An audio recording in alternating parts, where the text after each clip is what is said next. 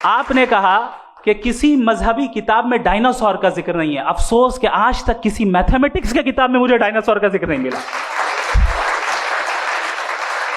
तो इसका मतलब मैथमेटिक्स की किताब बेकार है? नहीं, उसका वो टॉपिक नहीं है। रेवलेशन का और मजहबी किताबों का टॉपिक ये नहीं है कि आपको आके बताए साइकिल कैसे बनाते हैं, या आकर ये बताएं कि जो है डायनासोर कब था।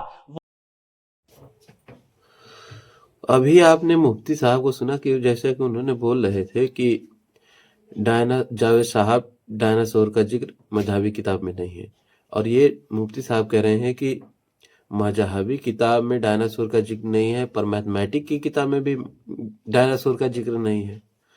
तो मैं बता देना चाहता हूँ कि जब मजहब या धार्मिक किताबों में अपने आप को पूर्ण बताया है और ईश्वर के द्वारा लिखी गई हैं किताबें, तो ईश्वर ने डायनासोर का जिक्र क्यों नहीं किया कि मैंने पृथ्वी बनाई तो पहले डायनासोर को भेजा पृथ्वी पे रहने के लिए, फिर मैंने उन्हें, वो मेरी इबादत नहीं करते थे तो मैं उन्हें मार करके फिर से इंसानों को भेजा पृथ्वी पे। ये सब का जिक्र क्यों नहीं किया धार्मिक किताबों में? किसी भी धार्मिक ग्रंथों में नहीं, ना तो बाइबल में है, ना कुरान में है, ना वेद पुराण में है, कहीं पे भी तो डायनासोर का जिक्र नहीं किया गया है।